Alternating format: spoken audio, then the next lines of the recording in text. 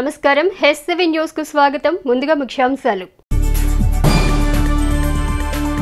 YCP శ్రేణులపై జరిగే దాడులు కూటమి పాలకులకే నష్టం. జిల్లా వైసీపీ అధ్యక్షులు ఎం శేషగిరిరావు. నేషనల్ మజ్దూర్ యూనియన్ విశ్రాంత సభ్యుల సూచనలు అవసరమే.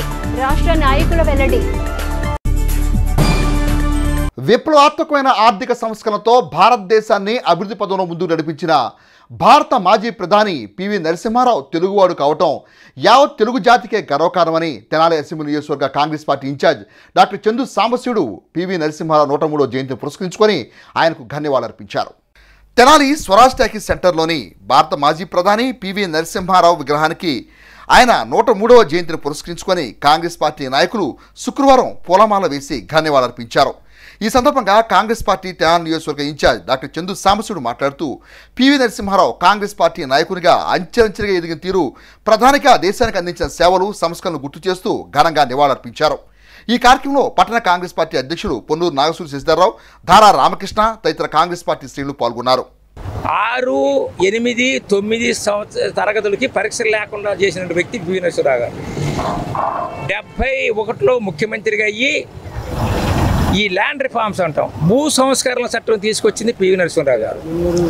తరువాత ఆంధ్రప్రదేశ్ ముఖ్యమంత్రిగా చేసి సెంట్రల్ గవర్నమెంట్లో కేంద్రంలో అనేక పదవులు నిర్వర్తించి 1991లో భారతదేశ ప్రధానమంత్రి అయినటువంటి పివి నరసింహారావు గారు.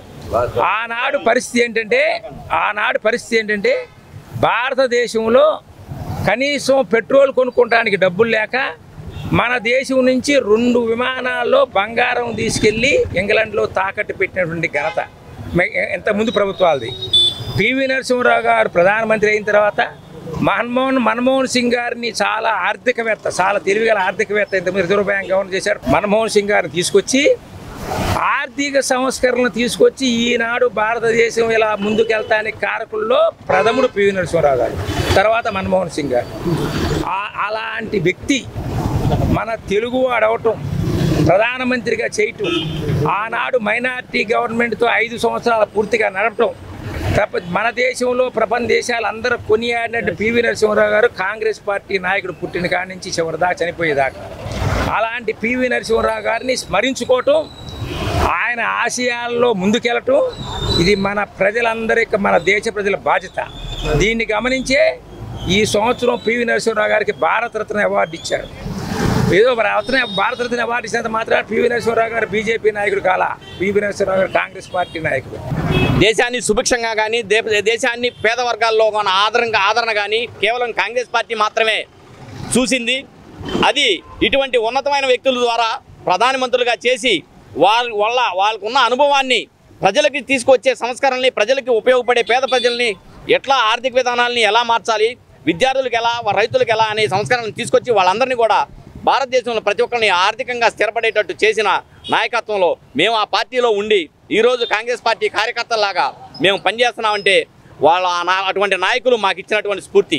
ఇందిరాగాంధీ కానీ, జవహర్లాల్ నెహ్రూ కానీ, రాజీవ్ గాంధీ గారు ఉన్న టైంలో ఆయన టెలిఫోన్ విప్లవం తీసుకొచ్చాడు. అలాగే కంప్యూటర్ విప్లవాన్ని తీసుకొచ్చింది రాజీవ్ గాంధీ గారు. అటువంటి కాంగ్రెస్ పార్టీలో చేసిన ప్రతి ప్రధాని వారి నైపుణ్యంతో, వారికి ఉన్న అనుభవంతో భారతదేశ ఖ్యాతిని ప్రపంచంలో నలుమూలలా ఖ్యాతి చెందేటట్టు చేశారు.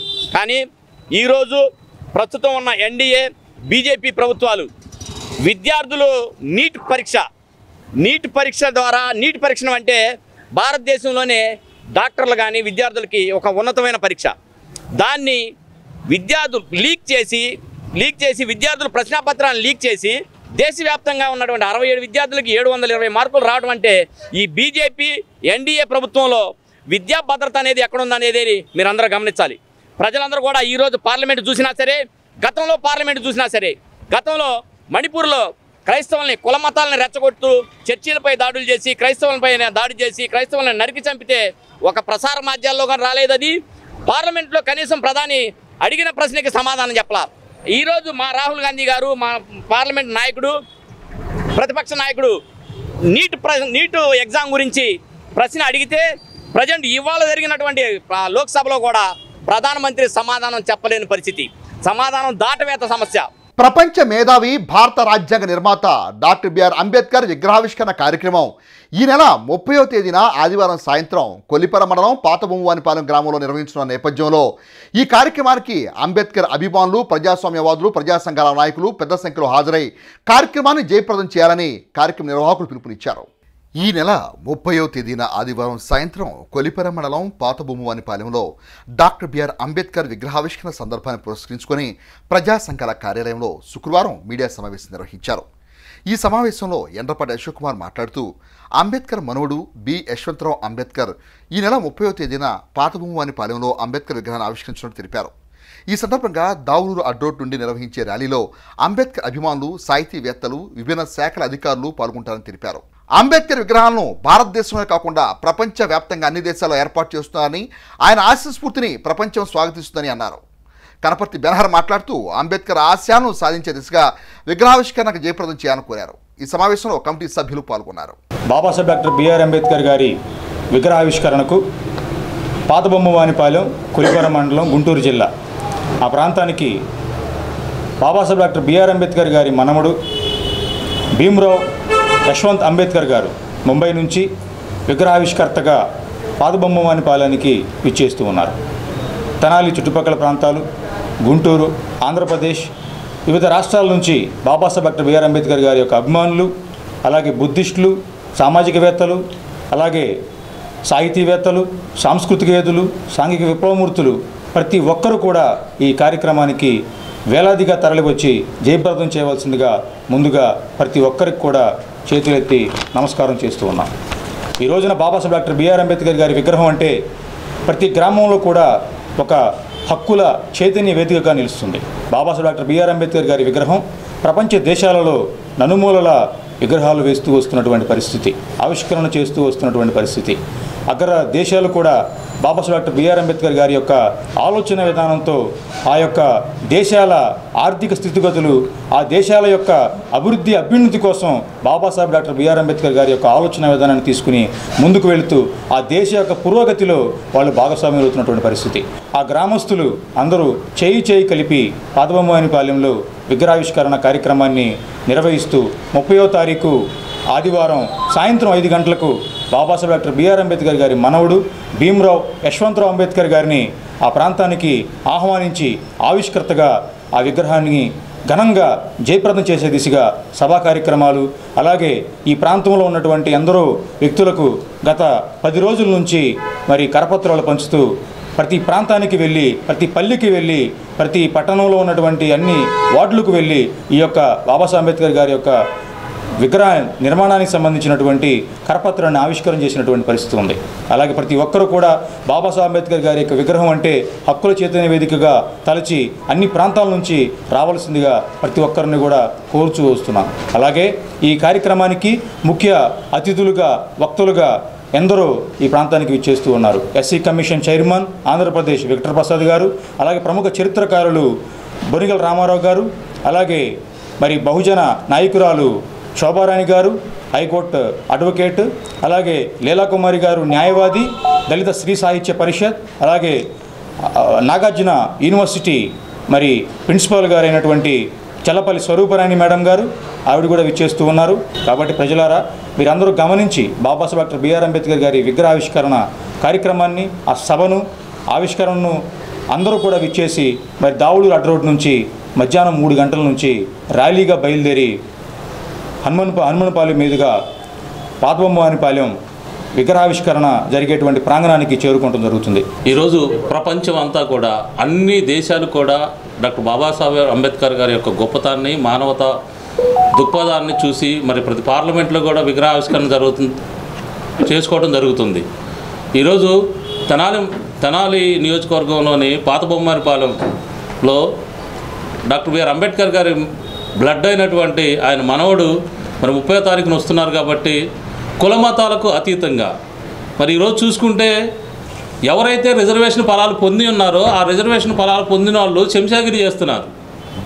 కానీ సామాన్య ప్రజలు అంబేద్కర్ గారి యొక్క గొప్పతనాన్ని తెలుసుకొని ఆ విగ్రహం ద్వారా తన పిల్లల్ని చదివించుకోవాలనే ఉద్దేశంతో మరి వాళ్ళు విగ్రహాన్ని పెట్టుకున్న జరిగింది. కాబట్టి అందరూ కూడా కుల మతాలకు అతీతంగా ఆయన యొక్క ఎంతోమంది మేధావులు వస్తున్నారు.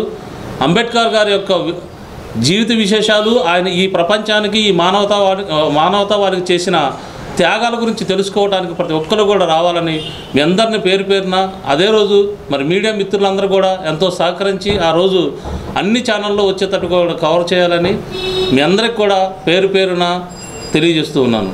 ఈరోజు ప్రెస్ మీట్ యొక్క సందర్భం ఏంటంటే ఈ నెల 30వ తారీఖున కొల్లిపురం మండలం పాత బొమ్మనపాలెంలో మన దళిత విముక్తి ప్రదాత డాక్టర్ బాబాసాహెబ్ అంబేద్కర్ విగ్రహావిష్కరణ జరుగుతుంది. ఆ అంబేద్కర్ విగ్రహావిష్కరణ నిమిత్తం అంబేద్కర్ గారి మనవడు యశ్వంతరావు అంబేద్కర్ గారు ఆయన మహారాష్ట్ర నుంచి వస్తున్నారు. అదేవిధంగా అనేక మంది వక్తలు మన యొక్క సమాజంలో ఉన్న అసమానతలు కానీ లేకపోతే అనేకమైన కార్యక్రమాలు ఈరోజు సమకాలీన సమాజంలో దళితుల పరిస్థితి చాలా అగమ్యగోచరంగా ఉంది. ఇన్నేళ్ల స్వాతంత్ర్యంలో కూడా ఇంకా అణగారిపోయి ఇంకా అస్తవ్యస్తమైన పరిస్థితుల నుంచి మనల్ని మేలుకొల్పడం కోసం అనేక మంది వక్తలు చల్లపల్లి స్వరూపరాణి గారు కావచ్చు, శోభారాణి గారు కావచ్చు, పెద్దలు అనేక మంది, విక్టర్ ప్రసాద్ గారు, అనేక మంది ప్రముఖులు ఇక్కడికి వస్తున్నారు. దయచేసి మరి సమయం లేకపోవడం వల్ల మీ అందరికీ కూడా పర్సనల్ కలవలేక ఇటువంటి ప్రెస్ మీట్ ద్వారా మీకు తెలియజేస్తున్నాం. పెద్ద ఎత్తున ఆ కార్యక్రమాన్ని జయప్రదం చేయవలసిన అవసరం ఉంది. కూటమి పార్టీల నాయకులు ఎన్నికల ముందు చెప్పిన దానికి నేడు కక్షపూరితంగా చేస్తున్న దాడులకు పొంతన లేదని, ఈ విధానం వలన మీకే నష్టమని, వైసీపీ కేడర్ను కాపాడుకునే విషయంలో సమిష్టిగా నిర్ణయం తీసుకుంటామని వైసీపీ జిల్లా అధ్యక్షులు మందపాటి శేషగిరిరావు ఇటీవల తెనాలిలో చోటు చేసుకుంటున్న దాడులను ఉద్దేశించి అన్నారు. స్థానిక వైఎస్ఆర్ కాంగ్రెస్ పార్టీ నాయకులు మాజీ ఎమ్మెల్యే అన్నాబత్తుని శివకుమార్తో కలిసి శుక్రవారం జిల్లా వైసీపీ అధ్యక్షులు మందపాటి శేషగిరిరావు డీఎస్పీ కార్యాలయానికి ర్యాలీగా వెళ్లి డీఎస్పీ రమేష్కు వినతిపత్రం సమర్పించారు. అనంతరం మున్సిపల్ కార్యాలయానికి వెళ్లి మున్సిపల్ కమిషనర్ బి శేషన్నకు వినతిపత్రం సమర్పించారు. అనంతరం జిల్లా వైసీపీ అధ్యక్షులు మందపాటి శేషగిరిరావు మాట్లాడుతూ ఎన్నికల కౌంటింగ్ అయినప్పటి నుండి వైసీపీ శ్రేణులపై వ్యక్తిగతంగా దాడులు చేస్తున్నారని ఆరోపించారు. ప్రజలు అధికారం ఇచ్చింది రెడ్ బుక్ లో దాడి చేయమని కాదన్నారు. ఈ విధానం వల్ల కూటమి పాలకులకే నష్టమని అన్నారు. వైసీపీ క్యాడర్ను కాపాడుకుని వారికి అండగా ఉండే విషయంలో తమ నాయకుడు స్పష్టమైన వైఖరితో ఉన్నారని అన్నారు. వినతిపత్రం సమర్పించిన వారిలో municipal vice chairman Malepati Hariprasad, YCP అధ్యక్షులు మద్దాళ్లి శేషాచలం, ఎస్బీ శివ, లీగల్ విభాగం నాయకులు కుర్రా శ్రీను తదితరులు ఉన్నారు. ఈరోజు రాష్ట్రంలో ఎన్నికల ఫలితాల తర్వాత కక్షపూరితమైన వాతావరణంలో ఈ రాష్ట్రంలో పాలన జరుగుతూ ఉంది. దానిలో భాగంగానే తెనాలిలో వివిధ రకాలైన దాడులు, ధ్వంసాలు, మనుషుల మీద ప్రాణాలు తీసే విధంగా కత్తులతో స్వైర విహారం, అందిని ఎందినట్టు ప్రభుత్వ ఆస్తుల ధ్వంసం, తెనాలి నియోజకవర్గంలో ఎన్నడూ లేని విధంగా ఈ రోజున పోలీసులు కూడా ప్రేక్షక పాత్ర వహిస్తూ తెలుగుదేశం పార్టీ ఇక్కడ శాసనసభ్యులైనటువంటి జనసేన ఎమ్మెల్యే, బీజేపీ వీళ్ళంతా కలిసి ఇక్కడ ధ్వంసరచన చేసిన విధానాన్ని తీవ్రంగా ఖండిస్తూ ఈ రోజున తెనాలి డిఎస్పి గారికి, తెనాలి మున్సిపల్ కమిషనర్ గారికి, మాజీ శాసనసభ్యులు అన్నాబత్తుని శివకుమార్ గారితో కలిసి ఈ దాడులపైన కేసులు పెట్టాలి, తప్పనిసరిగా దీనికి కారకులైన ప్రతి ఒక్కరిని శిక్షించాలి అని రిప్రజెంటేషన్ ఇవ్వటం. ఎన్నికల ఫలితాలు వచ్చిన వెంటనే రెండో రోజే అన్న వైఎస్ఆర్ కాంగ్రెస్ పార్టీ ముఖ్య నాయకులు, వారి సతీమణి టౌన్లో మున్సిపల్ కౌన్సిలర్, వారి మీద అతి హేయంగా క్రూరంగా కత్తులతో దాడి చేసిన పరిస్థితి. ఇవన్నీ చూస్తూ ఉంటే మీరు అనుకున్న పాలన ఇదేనా? మేము కక్షపూరితమైన వాతావరణాన్ని సహించేది లేదు. ఇక్కడ అభివృద్ధి కోసం ఈ రాష్ట్రాన్ని ముందుకు తీసుకెళ్ళటానికి మేమైతే ఏ విధంగా చేయాలో చేసి చూపిస్తామని చెప్పిన మాటలు, ముఖ్యంగా చంద్రబాబు నాయుడు గారు, జనసేన అధ్యక్షులు పవన్ కళ్యాణ్ గారు, మీరు గతంలో మాట్లాడిన దానికి ఇప్పుడు మీరు అందిస్తున్న పాలనకి ఏమైనా సంబంధం ఉందా? మీకు మంచి మెజార్టీతోటి పరిపాలించడం కోసం ఈ రాష్ట్రంలో అధికారాన్ని కట్టబెట్టారు. అలాగే సోషల్ మీడియాకు సంబంధించిన అజయ్ వారి ఇంటిని కూడా ధ్వంసం చేశారు. ఈ రకంగా మీరు రాష్ట్రంలో మనుషుల్ని, ఇళ్లని, విగ్రహాలని, రాజశేఖర రెడ్డి గారి విగ్రహాలను అయితే చాలా ధ్వంసం చేశారు. ఇలా చేసుకుంటా పోతే మరి జరిగే నష్టం మీకే తప్ప మేము ఎక్కడ ఆత్మస్థైర్యాన్ని కోల్పోం. మా పార్టీ క్యాడర్ కూడా ఎక్కడ ఆత్మస్థైర్యాన్ని కోల్పోదు. మీరు ఇదే పోకడ, ఇదే విధానాన్ని కనుక పోయినట్లయితే ప్రజలు చూస్తూ ఊరుకోరని ఈ సందర్భంగా తెలియజేస్తూ, తప్పనిసరిగా వైఎస్ఆర్ కాంగ్రెస్ పార్టీ, జగన్మోహన్ రెడ్డి గారు, ఈ నియోజకవర్గానికి సంబంధించిన మాజీ శాసనసభ్యులు అన్నాబత్తిని శివకుమార్ గారు, జిల్లా వైఎస్ఆర్ కాంగ్రెస్ పార్టీ యంత్రాంగం అంతా కూడా ఎక్కడ ఏ చిన్న సమస్య వచ్చినా కూడా వారికి అండగా ఉంటుంది, వారికి వెన్నుదన్నుగా ఉంటుంది. గృహ నిర్మాణం జరుపుకోవడానికి వీలు లేకుండా కొందరు వ్యక్తులు ఉద్దేశపూర్వకంగా అడ్డుకునే ప్రయత్నం చేస్తున్నారని, వారికి ప్రభుత్వ అధికారులు కూడా వంతపాడటం బాధాకరమని తెనాలి మండలం కొలకూరు గ్రామానికి చెందిన గాజుల శ్రీనివాస్ తన ఆవేదనను మీడియా ముందు వెలుబుచ్చారు.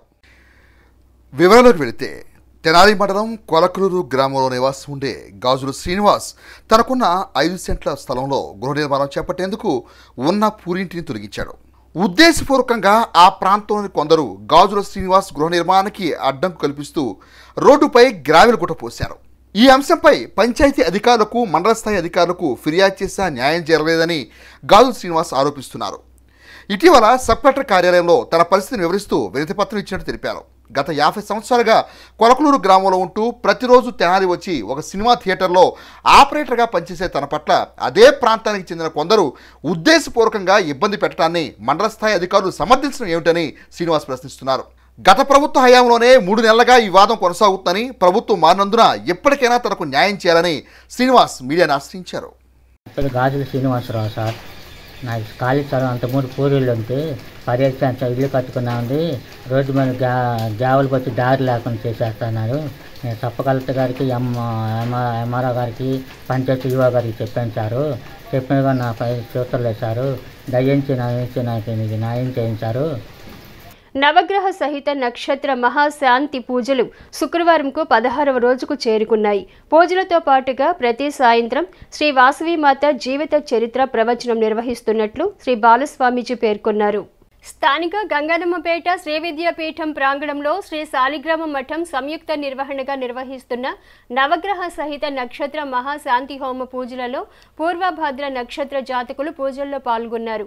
యాజ్ఞిక బ్రహ్మ ఎల్లాప్రగడ పవన్ కుమార్ శర్మ పర్యవేక్షణలో యజ్ఞ పూజలు నిర్వహించారు. కార్యక్రమాల ప్రాధాన్యతను శ్రీ విద్యాపీఠం నిర్వాహకులు శ్రీ బాలస్వామీజీ వివరించారు. శ్రీ శాలిగ్రామ మఠం చైర్మన్ నంబూరు వెంకటకృష్ణమూర్తి, ప్రధాన కార్యదర్శి ఎం రమణయ్య, గోప్ రామకృష్ణ, మహిళా విభాగం సభ్యులు పాల్గొన్నారు.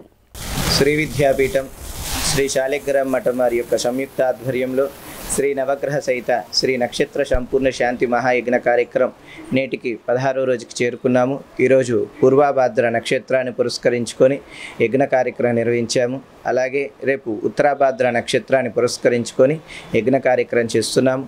అలాగే ప్రతినిత్యం కూడా విశేషంగా అమ్మవారి యొక్క అర్చన కైంకర్యములు, పరమేశ్వరుడికి అభిషేక కార్యక్రమాలు ఉదయం జరుగుతున్నాయి. ప్రతిరోజు కూడా సాయంత్రం పూట ఆ ఆధ్యాత్మిక ప్రవచన కార్యక్రమంలో భాగంగా శ్రీమత్ వాసవి కన్యకా పరమేశ్వరి అమ్మవారి యొక్క జీవిత చరిత్రను ప్రవచన కార్యక్రమం చేస్తున్నాము. ప్రతి ఒక్క భక్తులు కూడా సాయంత్రం పూట జరిగే ఈ ప్రవచన కార్యక్రమంలో పాల్గొని అమ్మవారి యొక్క దివ్య అనుగ్రహం, తీర్థ ప్రసాదాలు స్వీకరించవలసిందిగా కోరుచున్నాం. హరి ఓం తత్సత్. ఏపీఎస్ఆర్టీసీ నేషనల్ మజ్దూర్ యూనియన్ సభ్యులు కార్మికుల హక్కుల సాధనలో తమదైన పాత్ర పోషించి ఉద్యోగ విరమణ ద్వారా విశ్రాంత జీవనం చేపడుతున్న సభ్యుల సేవలు, సలహాలు, సూచనలు ఎప్పుడూ అవసరమేనని యూనియన్ నాయకులు ఉద్యోగ విరమణ చేస్తున్న సభ్యులకు అభినందనలు తెలిపారు. స్థానిక ఐతానగర్లోని కళ్యాణ మండపంలో శుక్రవారం నేషనల్ మజ్దూర్ యూనియన్ సభ్యుల ఉద్యోగ విరమణ వీడ్కోలు సభ నిర్వహించారు. సభలో ముఖ్య నాయకులు ఎన్ఎంయూఏ రాష్ట్ర అధ్యక్షులు రమణారెడ్డి, ఎన్ఎంయూఏ రాష్ట్ర ప్రధాన కార్యదర్శి వై శ్రీనివాసరావు, తెనాలి రీజనల్ నాయకులు కన్నిగంటి మురళీకృష్ణలు తమ ప్రసంగాలలో యూనియన్ సభ్యులు ఉద్యోగ విరమణ చేసిన వారి సలహాలు, సూచనలు యూనియన్ పురోగాభివృద్ధికి అవసరమనే భావనను వ్యక్తం చేస్తూ అభినందనలు తెలిపారు. ఈ కార్యక్రమంలో రాష్ట్ర నాయకులు శ్రీనివాసరాజు, మోహన్, రవీంద్రారెడ్డి, ఈశ్వర్, సుబ్బారావు, వివిధ డిపోల ఎన్ఎంయూఏ అధ్యక్ష, కార్యదర్శులు, ఉద్యోగులు పాల్గొన్నారు. ఈ సందర్భంగా ఉద్యోగ విరమణ చేస్తున్న సభ్యులను ఘనంగా సత్కరించారు. గత 40 సంవత్సరాలుగా సభ్యులుగా ఉండి నేడు విరమణ పొందినటువంటి మన సభ్యులకి సాధారణ వీడ్కోలు కార్యక్రమం.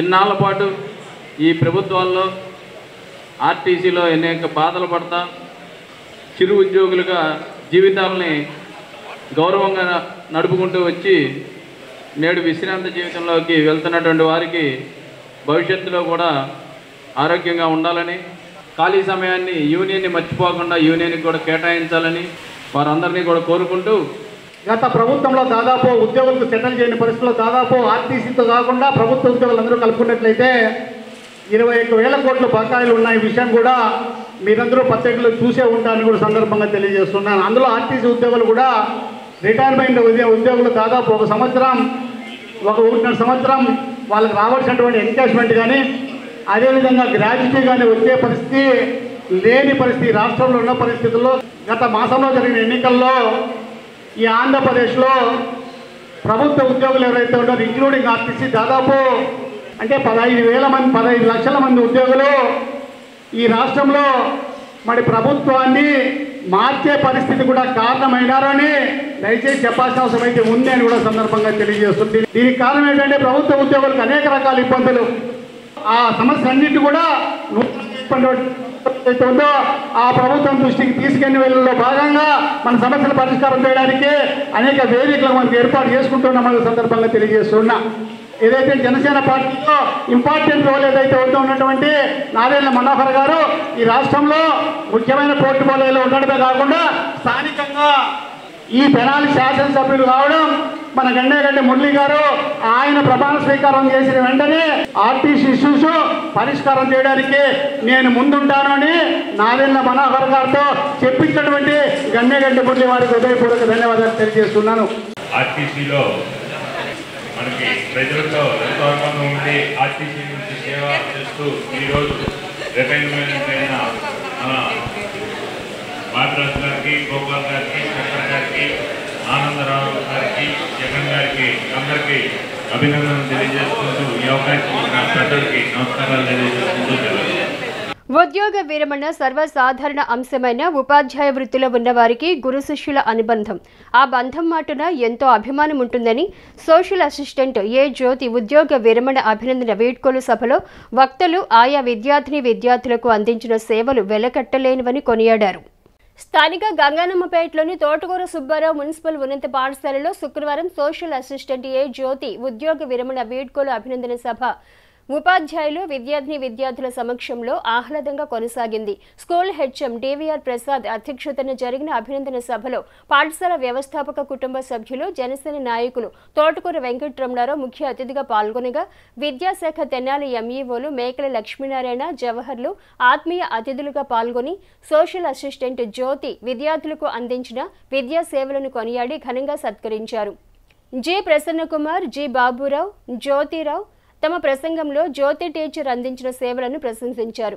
కార్యక్రమంలో సహచర ఉపాధ్యాయునిలు, విద్యార్థులు పాల్గొన్నారు. ఉద్యోగంలో చేరినప్పుడు ఒక ఎవరెస్ట్ శిఖరాన్ని ఎక్కినటువంటి అంత ఆనందాన్ని పొందుతూ మన ఉద్యోగంలో మరీ ముఖ్యంగా ఎప్పుడు దైవ సమానమైనటువంటి చిన్నపిల్లలతో గడుపుతూ వారి యొక్క భావితరాల భవిష్యత్తుకి ఇక్కడ పునాది వేస్తూ వారితో గడపడం అనేది చాలా ఆనందదాయకమైన విషయం. రిటైర్మెంట్ అనేది ఎవరికైనా తప్పదు, ఒక వ్యాపారస్తులు తప్ప. ఉద్యోగస్తులు ఉన్న ప్రతి ఒక్కరికి కూడా రిటైర్మెంట్ తప్పదు. అటువంటి రిటైర్మెంట్ ఈరోజు తీసుకుంటూ బాధాకరంగా ఇబ్బందికరంగా ఉండేవాళ్ళు. కానీ మారిన ఆర్థిక పరిస్థితుల దృష్ట్యా, వేతనం దృష్ట్యా ఉద్యోగ విరమణ లేక ఉద్యోగ బాధ్యత నుండి తొలగిపోవడం అనేది ఆనందంగా చేసుకున్నారు. ఇది మంచి పరిణామం. ఎందుకంటే గతంలో ఉన్న ఉద్యోగులతో పోల్చుకుంటే ప్రస్తుతం ఉన్న వాళ్ళకి ఒక ప్లానింగు, ఒక విజన్ ఉంది. కాబట్టి ఆర్థికంగా కానీ సామాజికంగా కానీ ప్రస్తుతం ఉద్యోగం చేస్తున్నటువంటి వ్యక్తుల కుటుంబాలు ఒక స్థాయిలో ఉన్నాయి. టీచర్ గారు నేను ఎప్పుడప్పుడు స్కూల్కి వచ్చినప్పుడు చూస్తుంటాను, ఎప్పుడు ఖాళీగా ఉండడం కానీ లేదంగా ఊరికనే కూర్చుని స్టాఫ్ రూమ్లో ఉండడం కానీ చూడలేదు. ఏదో ప్రిపేర్ అవుతున్నాం, లేకపోతే ఏదో క్లాసు ఎంగేజ్ చేస్తూనే ఉంటారు. హెచ్ఎం గారికి సహకరిస్తూ మిగతా స్టాఫ్ని కలుపుకుపోతూ అందరితో బాగుంటారు. రిటైర్మెంట్ అవ్వడం అనేది జస్ట్ ఏంటంటే పాఠశాలకి టైం టు టైం రావడం వరకే రిటైర్మెంట్ అమ్మా. మీరు రిటైర్ అయినా పిల్లల్ని మర్చిపోవద్దు, స్టాఫ్ని మర్చిపోవద్దు, ఇక్కడే ఉంటారు. కాబట్టి మీకు సమయం ఉన్నప్పుడు, వీలు దొరికినప్పుడల్లా పాఠశాలకు వచ్చి పిల్లలతోనూ స్టాఫ్తోనూ గడపండి. అదృష్టం అందరికీ రాదు. సో ఇది నా రిక్వెస్ట్ డిపార్ట్మెంట్ తరఫున.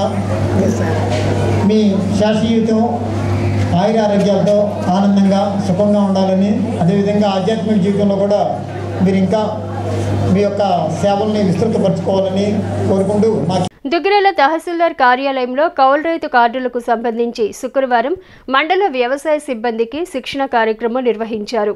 దుగ్గిరాల తహసీల్దార్ కార్యాలయంలో కౌలు రైతుల కార్డులకు సంబంధించి శుక్రవారం మండల వ్యవసాయ శాఖ సిబ్బందికి శిక్షణ కార్యక్రమం నిర్వహించారు.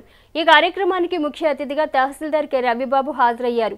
ఈ సందర్భంగా ఆయన మాట్లాడుతూ మండలంలోని గ్రామాల్లో కౌలు వేసుకుంటున్న రైతులకు సర్టిఫికెట్స్ ను సకాలంలో జారీ చేయాలని సిబ్బందికి వివరించారు. ప్రభుత్వం కౌలు రైతులకు అందించే రాయితీలకు ఈ కార్డులు ఎంతగానో ఉపయోగపడతాయన్నారు. పంట యొక్క బీమా, ప్రకృతి వైపరీత్యాల వలన పంట నష్టపోయినప్పుడు రైతుకి నష్టపరిహారం పొందే విషయంలో ఈ కార్డు ఎంతో ఉపయోగమన్నారు. ఎరువులు, పురుగుమందులు, విత్తనాలు వంటివి ఈ కార్డు ద్వారా తీసుకురావడానికి కౌలు రైతుకు మేలు జరుగుతుందన్నారు. కార్డులు తీసుకున్న రైతులు జాయింట్ లయబిలిటీ గ్రూపులకు బ్యాంకు రుణాలు పొందవచ్చునన్నారు. మండలంలో మొత్తం 3120 మంది కౌలు రైతులను గుర్తించడం జరిగిందన్నారు. ఈ కార్యక్రమంలో డిప్యూటీ తహసీల్దార్ యు రాజేష్, వ్యవసాయ విస్తరణాధికారి అల్లా రమేష్ బాబు, విఆర్ఓలు, విహెచ్ఏలు, వ్యవసాయ సహాయకులు పాల్గొన్నారు. ఈ సందర్భంగా రవిబాబు, రమేష్ బాబులు మాట్లాడారు. ఇప్పుడు దుగ్గిరాల మండలం సంబంధించి ఈ సంవత్సరం కౌలు రైతులకి కార్డులు ఇష్యూ చేయాలని చెప్పేసి ఇన్స్ట్రక్షన్స్ వచ్చినాయండి గవర్నమెంట్ నుంచి. దానికి అనుగుణంగా మాకు మా మండలానికి సంబంధించి 3123 టార్గెట్ ఇచ్చున్నారు. వీళ్ళని రైతులకి ఇబ్బంది లేకుండా ఇన్ టైంలో సిసిఆర్సి కార్డ్స్ని ఇష్యూ చేసేందుకు వీళ్ళందరికీ డైరెక్షన్ చేయడం జరిగింది.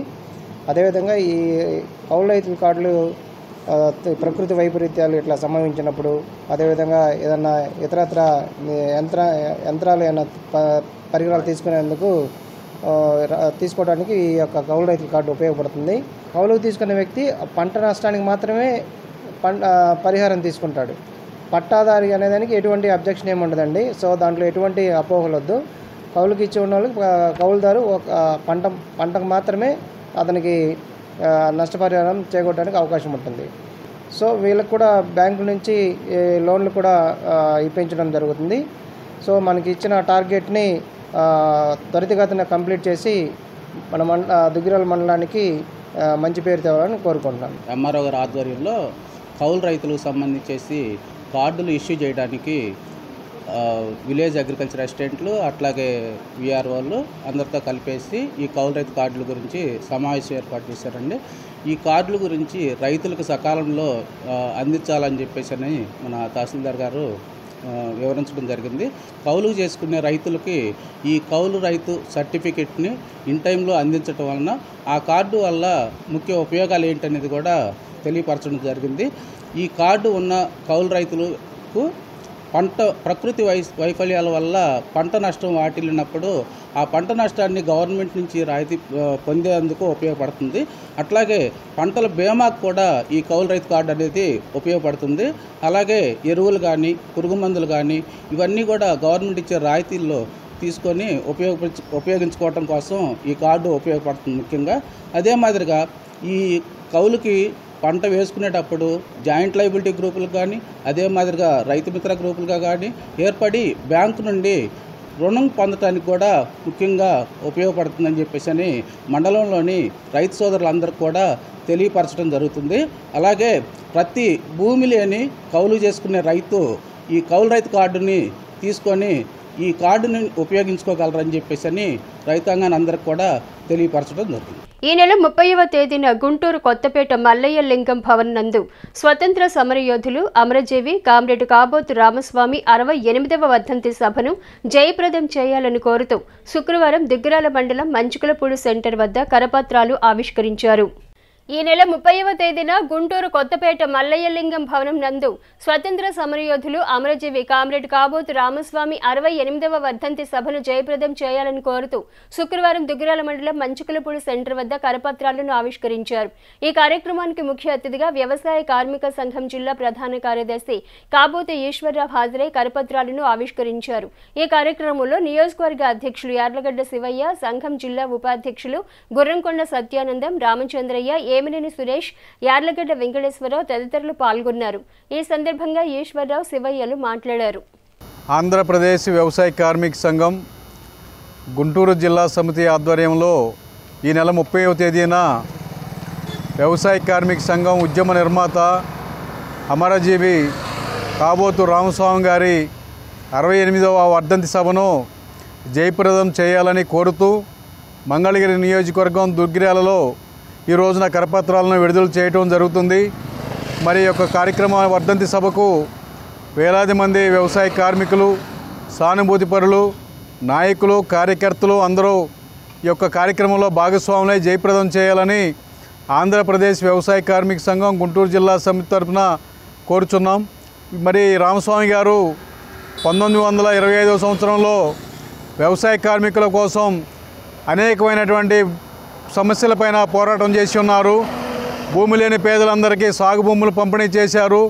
ఇళ్ల స్థలాలు లేని పేదలందరికీ ఇళ్ల స్థలాల కోసమై కామ్రేడ్ చంద్ర రాజేశ్వరరావు గారు, ఉచ్చలపల్లి సుందరయ్య గారు, గుజ్జుల యల్లమందరెడ్డి గారి నాయకత్వంలో కాబోతు రామస్వామి గారు రాష్ట్ర గ్రామ స్థాయి నుంచి రాష్ట్ర స్థాయి వరకు అనేకమైనటువంటి పోరాటాల్లో మరి పోరాటం చేయడం జరిగింది.